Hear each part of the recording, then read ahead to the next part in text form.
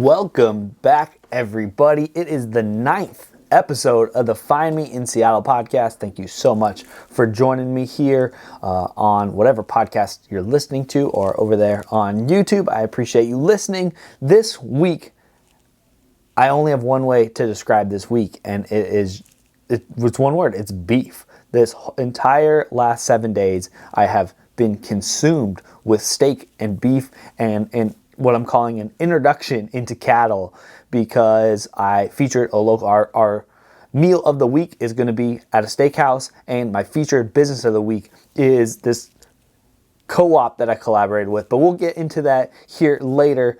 Thanks for joining me here on my steak-focused episode of the Find Me in Seattle podcast. But before we get into the sizzle and the steak, I want to talk about this article that came out on the Seattle Times, and it's a follow-up of lots of different information about all the closings that are happening here in Seattle and the transitions that have been happening as the growth of the city continues to grow and businesses come and businesses grow, or I'm sorry, businesses come and businesses leave, and what are all the factors? And since we raised the minimum wage to $15 an hour, that's getting a lot of the focus about why businesses are failing. But I think there's more information now slowly coming out that I don't think that the minimum wage actually is the biggest problem for all these local businesses and why they're closing. I think paying $15 an hour, especially if they get tips on top of it, is very manageable. I've talked to a lot of servers that if you're getting you're getting $15 an hour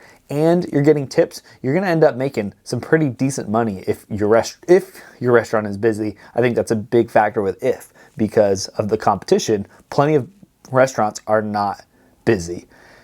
And that's just what happens with a growing economy. I mean, we have this booming city. It's been 12 years since the 2008 fallout, and things are going really well. And so all these businesses are open, and you possibly could argue that there are too many businesses.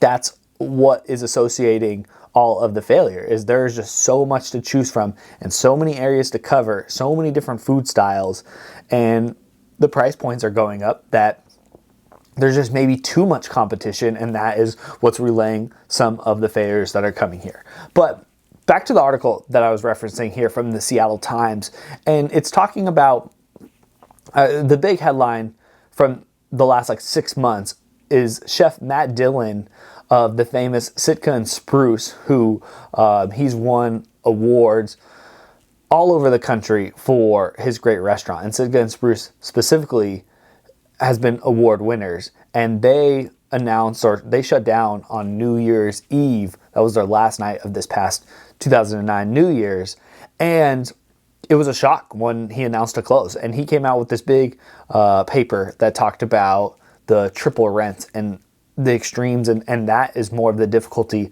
of what's happening. So I want to pull out some stats here for you guys to see, or to talk about at least, to see kind of why retail is struggling. I mean, not only is there all the competition between all the food delivery services, I mean, so many people now are ordering Grubhub and Uber Eats and whatever insert blank delivery service you use, that I've heard both sides of that argument. I know a few restaurants here who have created satellite restaurants, and it's extremely improved their overhead and their revenue because it doesn't take a ton of extra resources. You're already paying for the overheads, right? So you already have a cook or a chef, you already have all the materials, all the food costs. And so to have an extra ticket come through and to put it in a to-go box isn't an extreme stretch to increase your revenue, right? And that's money that you weren't going to get anyways. You just have to figure out how you're marketing it on a new platform and deliver those. So there are some restaurants who have increased significantly their revenue because of these delivery services. However, to the retail and the difficulty of retail, I guess before we go into that, sorry to cut it off, I'm all over the place here this morning, but the delivery mechanisms in these satellite restaurants could be the future of restaurants. The more that consumers demand food be delivered, or this on-demand food service, there's a huge potential for food delivery. I could imagine there is going to be a big time restaurant chain that gets developed that is delivery only, and it's all across the country, right? deliveryfood.com or whoever they are, whatever name they use, and they just rent out commercial kitchens in big cities and only do delivery. That no doubt will be coming with a big name here in the next couple years. But the cost of retail space is insane. But this is associated with pretty much all costs here in Seattle. I moved to Seattle in the summer of 2011. My data here is from the first quarter of 2010. But the market rate rent per square foot for retail in Seattle in 2010 was $22.10. In 2020, 10 years later, it's gone up to $29.98. So that's an increase of $7.80, which is a 30% increase. And with that, there's obviously wages have gone up, cost of your goods has significantly gone up, but the rent, I mean, you're paying that, $7 more when it was only 22 before per square foot, right? You're thinking about thousands of square feet that you're paying. That's just crazy. I mean, we're talking about thousands and thousands of dollars that you're going to be paying per month to keep that afloat. So rent is just absolutely destroying retail here in this city. But that's happening everywhere. I mean, our rents have doubled also in that time.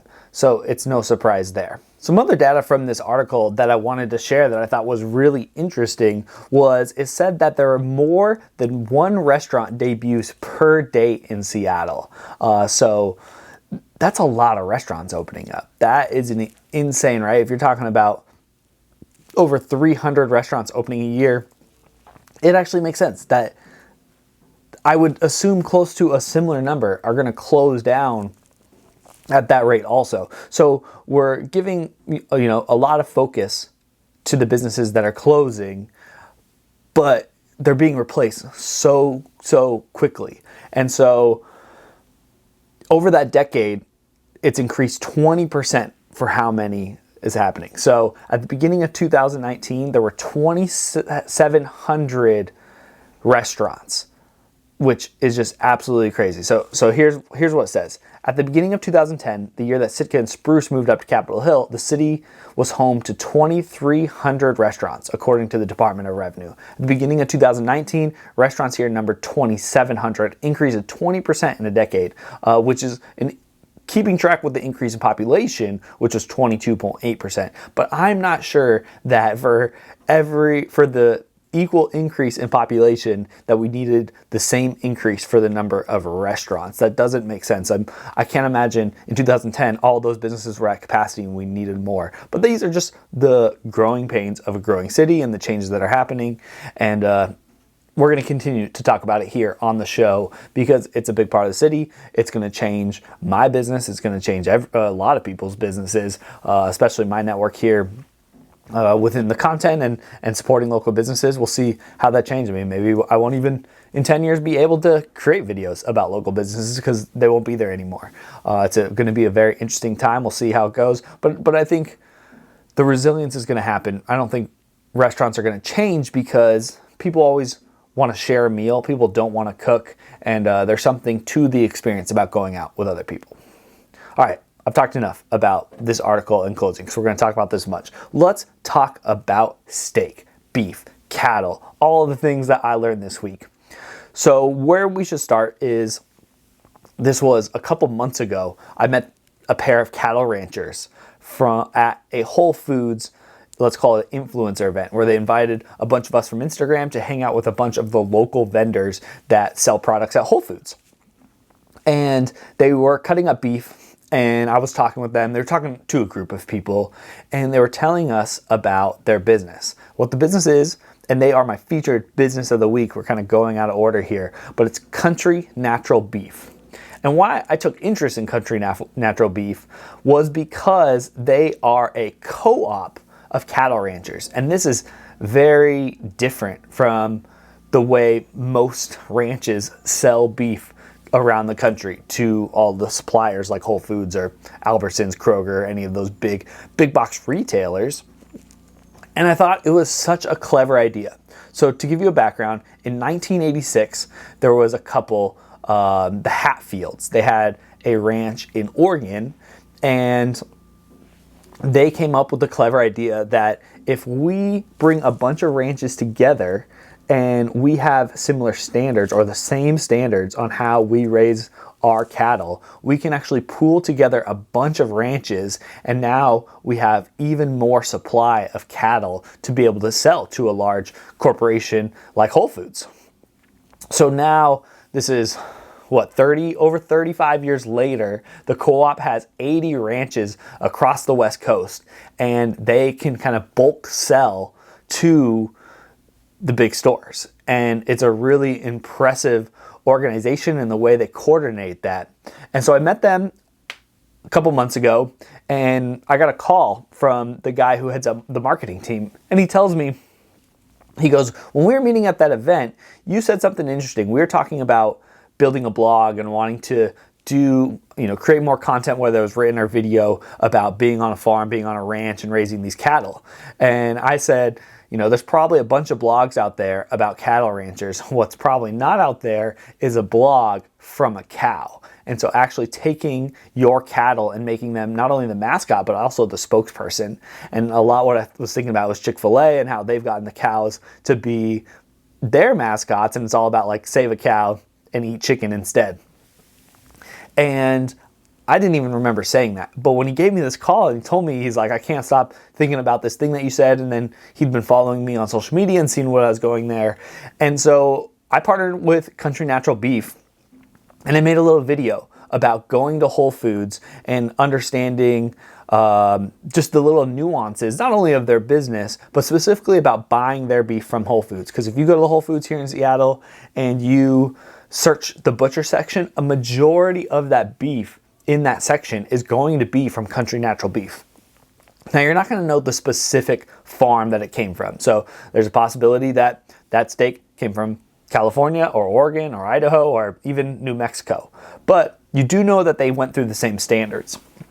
And while I was learning about how they sell beef to Whole Foods, the biggest or the most important factor when it comes to food safety are these standards called GAP, and they're step ratings by GAP. GAP stands for the Global Animal Partnership, and they are a set of standardized ratings where a third-party person goes to a farm or a ranch, they spend some time on that ranch, and they evaluate everything that's going on from top to bottom, and then they give that ranch a rating that says, hey, this beef is, whether it's a 1 to a 5, and that dictates a lot about the price and the quality of the meat that gets sold later. So if you walk into a butcher at Whole Foods, you'll see 1 through 5. There's also 5+, and that dictates more or less the life that the cow had. So, for example, if it's step 4, which is kind of like some of the higher grade beef,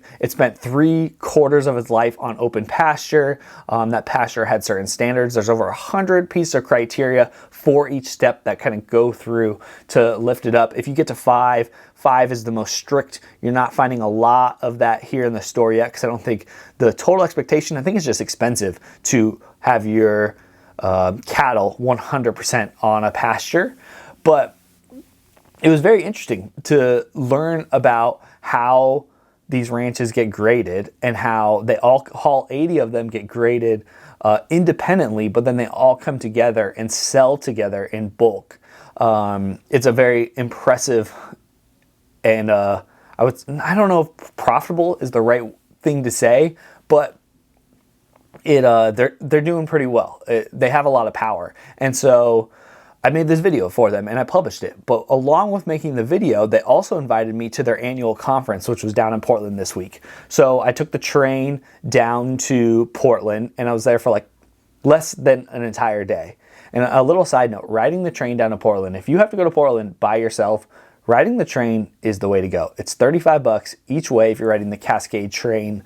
It took 3.5 hours. It's pretty much the same amount of time as driving. I know driving down to Portland on some days takes me way longer than that. But you avoid the stress of being in your car. If you're going to be in your car for 3.5 hours driving, you're focused the whole time. This trip, not only is it beautiful because you're going along the Puget Sound and the Columbia River the whole time, but you just get to sit and relax and hang out. You can do work. I did all my bookkeeping for the year on the 6 to 7 hours that I spent on the train on both ways. And so I got down to Portland. They had been having their annual conference for the last couple days, and at the last evening's dinner, I was the keynote speaker where I debuted this vlog that I made about going to Whole Foods. You can find that now on YouTube if you want to look it up there. And then I got 20 minutes on stage to just speak about who I am, how social media has impacted my business, and how I believe using social media in kind of these modern forms of content creation and working with influencers is a route that they, as a co-op, should be investigating and investing in order to market their business. And the reason why they want to make these steps was the co-op requires each rancher to spend an X amount of time doing activations inside the stores. So if you're part of the co-op, you're responsible for going to a Whole Foods or a PCC or a New Seasons, and you got to spend a couple hours in that store and talk to the customers, help educate them, help them pick out meat, cook meat possibly, and serve it as samples. And they realize that a ton of the people walking around in these stores are personal shoppers, right? They're the Amazon Prime people, they're Uber Eats people. They're not actually the customers. So more and more every day, it's less important for them to be in the stores because people are making their purchasing decisions away from the stores. So they're typing it into a computer, right? They're either doing a searching for beef products or vegetables or whatever you want to get at a grocery store before, and then they're just typing it in and pushing purchase, and then someone else is showing up. So the signs and all of the branding that are happening in stores is changing a ton because you have to get in front of the customer beforehand, and that's the importance of them building a strong brand. So my whole goal was talking about now you can use these social channels is to reach people on their phones or on their computers, whether that's before or during the purchasing process, because only more and more are the retail space is going to change. And that relates to the first article about the changing landscape of retail, because we've seen these big grocery stores also really struggling with traffic because there's just lots of alternatives. There's so many direct-to-consumer products now that you can just order. You can obviously order off Amazon and get it delivered. Here in Seattle, you can get your groceries real quick if you order online. But going back to the co-op, I just think it was such a clever business idea to have them all come together. And what it does is having the co-op with these ranchers, their independence is really the most important thing for them, right? They want to be able to do their own thing, run their farm, run their ranch, do it like it used to do, right? Obviously, there's different standards. They got to keep up with those things, but they want to maintain their independence. And so there's a lot of stubbornness within the industry and kind of not backlash, but not interest in joining a co-op to this. But here's the big advantage and why I think it's so smart is I don't know the number of cattle that a small farm would have, but if you're a small cattle rancher, when you join 79 other ranches, now you guys have this bigger buying power or influence or selling power, should I say, because you are now selling your cattle up with the big boys. Because for example, if you only have 100 cattle that you can sell, it was going to be very difficult for Tom, the rancher, to go and get a meeting with Whole Foods and be like, hey, I only have 100 cows to sell you. Whole Foods is like, I need 100,000 cows. We're going to go talk to someone who's bigger. But now when you have 80 ranches come in, instead of having 100, you might have 8,000 cows, which becomes a lot more influential to Whole Foods, and they're going to have more interest. So as long as all the standards are kept the same, now that small farm that had 100 cows can sell to the big guys because they all come together. And I just thought it was really smart, and that is one of the big reasons why I collaborated with them and wanted to establish a relationship, is because I think that's clever business, and those are the things that I want to learn as I grow my business and learning about different techniques and styles and business models and how people do business. It was very interesting, and going to this conference, me with my yellow backpack, my long hair, and hanging out with a bunch of, let's call them cowboys, was a fun thing. I didn't know what to expect. I was a little worried. I was like, these people, I was told, some of them don't have smartphones or phones at all. Talked to one guy and he left his flip phone up in the room during the whole conference, and I was kind of envious because I'm like, we're addicted to these things. But my whole goal of going there is understanding that the people who are buying this product are not the ranchers, right? They are people like you and me who most likely live in these metropolitan cities. They are at least gaining some affluence who can afford to go shop at Whole Foods. And where are these people who can afford to shop at Whole Foods and PCC in New Seasons? They're on the internet. They're active on social media. More and more, they're going to be millennials and the generations below. And so they've got to be thinking ahead, right? They've already been in business 35 years.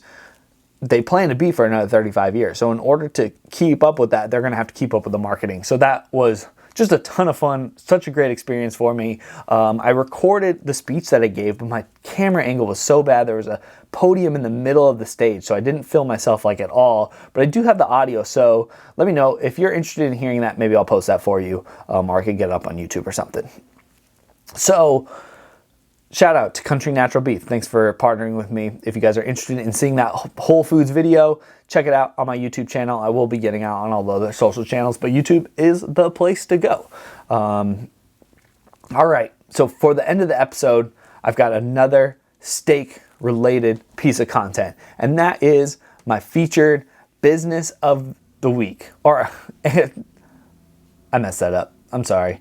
This is my featured meal of the week. Featured business of the week was Country Natural Beef. But my meal of the week goes out to the very, very famous and local legend, Metropolitan Grill in downtown Seattle. Metropolitan Grill, it's a high-end steakhouse, right? This is Russell Wilson's favorite place. It's like where he goes after the games. And it's in kind of the financial district of Seattle, you could call it. And yeah, it's high-end. I had this meal called the Chateaubriand. And the Chateaubriand on the menu, as I'm pulling it up here because I don't want to get this wrong, but it's carved tableside for two. That's the section of the menu that if you're going to go spend money on an amazing dinner, this is the thing that you should do. Carved tableside for two. It's obviously a giant piece of steak, beef, and obviously it's made for two people. It comes with the choice of a baked potato, mashed potatoes, or house fries, asparagus with béarnaise sauce. And the Chateaubriand, it's a 24-ounce piece of beef.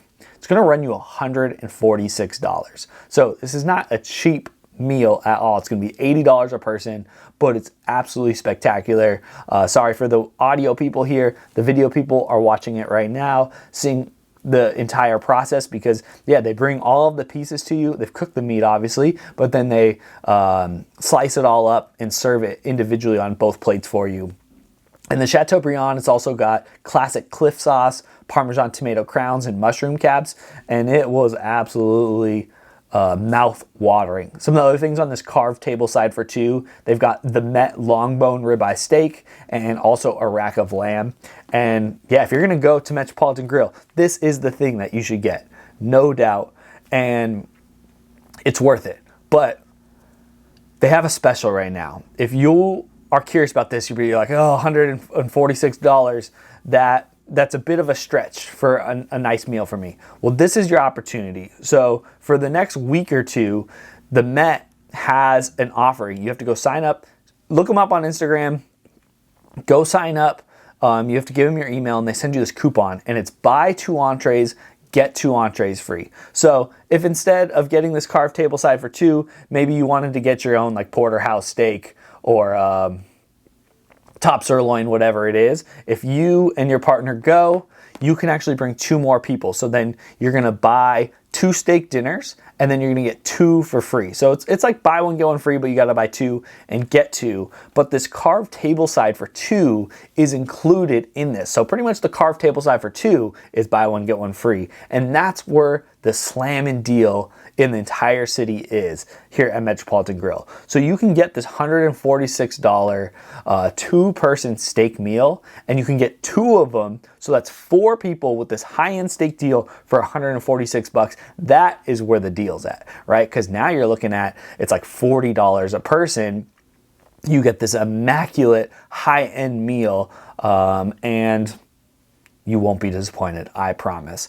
Check them out, Metropolitan Grill. Their promotion is called Meet at the Met.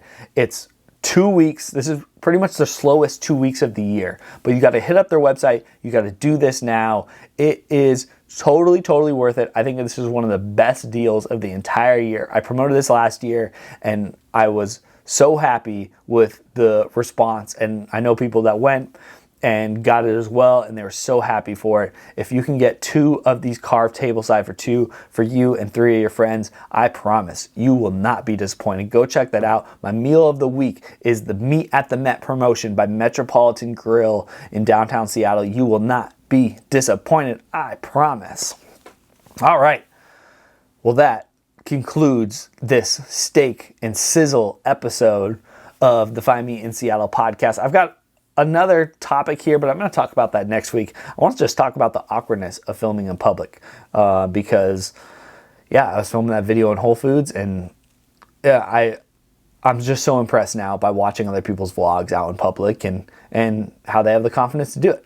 Something I'm still getting used to. But thank you so much for listening to the 9th episode of the Find Me in Seattle podcast. You can find me everywhere. That's why you're listening to me. I'd love to get a rating from you. That 5 stars goes miles and miles for me and my credibility, and influencing more people to continue to listen to the show. So thank you very much for all your support.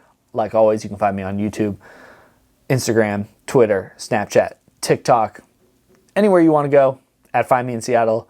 My name is Connor Cayson. This is the Find Me in Seattle podcast. I hope you have a kick-ass week and weekend whenever you're listening to this. I appreciate you as always. Thank you very much.